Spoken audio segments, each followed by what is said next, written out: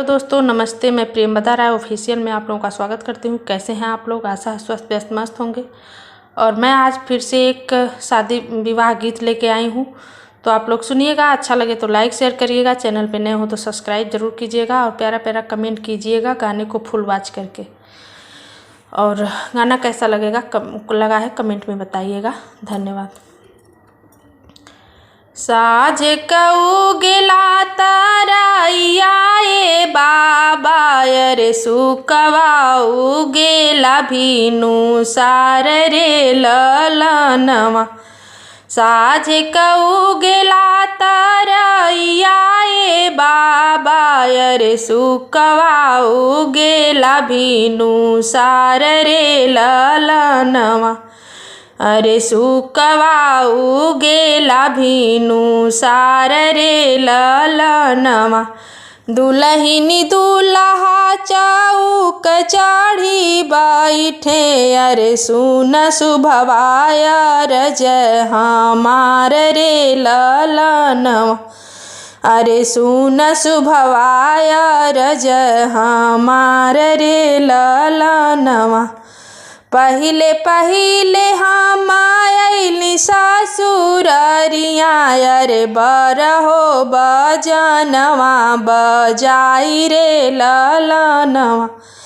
अरे बरहो बजनवा बजाई रे ललनवा। तुहरे बबैया जी के सोने के कटोरवा अरे उहे हम ले मोदहे जरे ललनवा। अरे उहे हम ले मोदहे जरे ललनवा। इतनी बचान जाबा बेटी सुने अरे माने माने भैली उदास रे ललनवा। इतनी बचानी सुनी बेटी हो दुलारी बेटी मने मने भैली उदास रे ललनवा। अरे मने मने भैली उदास रे ललनवा। हमरे बबैया जी के सोने के कटोरवा अरे पिए बीरन भैया दूध रे ललनवा। अरे पिए बीरन भैया दूध रे ललनवा। इतनी बचान जाबा सुन ले दूल्हे बाबू पलटी के देल जवाब रे ललनवा। अरे पलटी के देल जवाब रे ललनवा। ऐसन धानिया चाऊ कवे पर छोड़ मैं अरे कैले मैं दूसर बियाह रे ललनवा।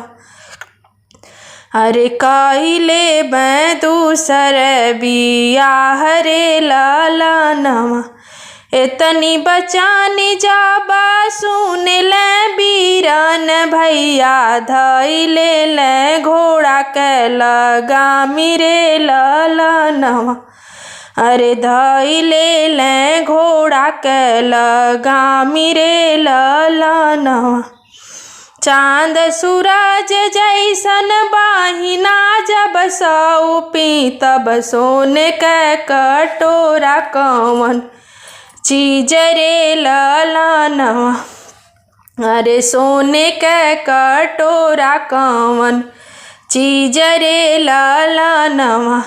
सोने के कटोरवा जीजा तुहरो के दे मैं अरे बहिना के जानी बिसराय रे ललनवा।